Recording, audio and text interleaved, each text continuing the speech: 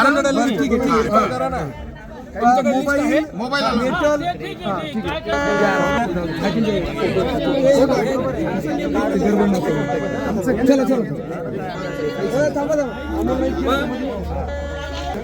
mobile काही येऊ दिलं नाही ना तुम्ही असा विषय